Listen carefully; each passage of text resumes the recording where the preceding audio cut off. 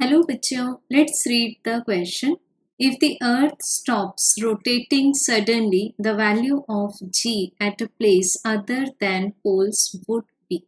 So बच्चों हमें बताया हुआ है कि all of a sudden अगर अर्थ रोटेट करना स्टॉप कर देती है, अगर रोटेशन स्टॉप कर देगी तो उसकी जो एंगुलर वेलोसिटी है वो जीरो हो जाएगी।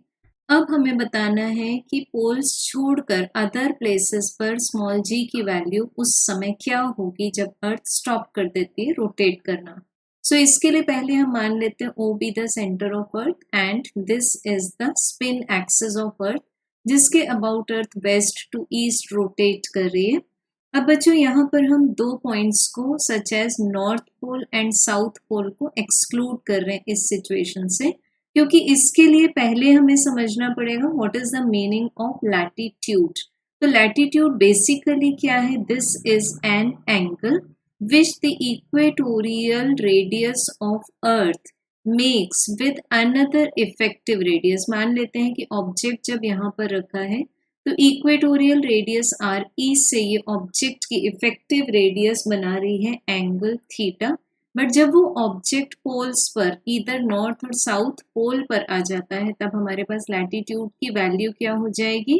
The latitude at poles will be 90 degree angle. अब हम प्रोसीड करते हैं कि जी की वैल्यू रोटेशन के कारण कैसे इफेक्ट होगी।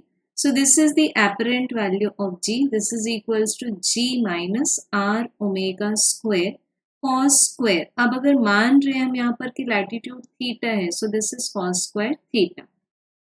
अब बच्चों पोल्स की कंडीशन एक्सक्लूड क्यों है? क्योंकि पोल्स पर लैटिट्यूड 90 डिग्री है and as we know cos 90 degree vanishes means becomes zero. तो हमें जी डैश इक्वल्स टू मिल जाएगा g minus R omega square. ये हम किसके लिए डिराइव कर रहे हैं? Except then poles any other place, question के अकॉर्डिंग। अब बच्चों यहाँ पर क्या बोला हमें क्वेश्चन में? मेनली कि अर्थ स्टॉप कर जाए, मतलब ये सेकेंड टर्म भी पूरी क्या हो जाएगी? जीरो, क्योंकि ओमेगा जीरो हो चुका है। जी में से मीन्स ट्रू वैल्यू ऑफ जी में से जो सब्ट्रैक्ट होने वाली टर्म थी वो ओमेगा जीरो होने के बाद सब्ट्रैक्ट नहीं हो रही। इट मीन्स क्या हुआ? जी की वैल्यू इंक्रीज हो जाएगी।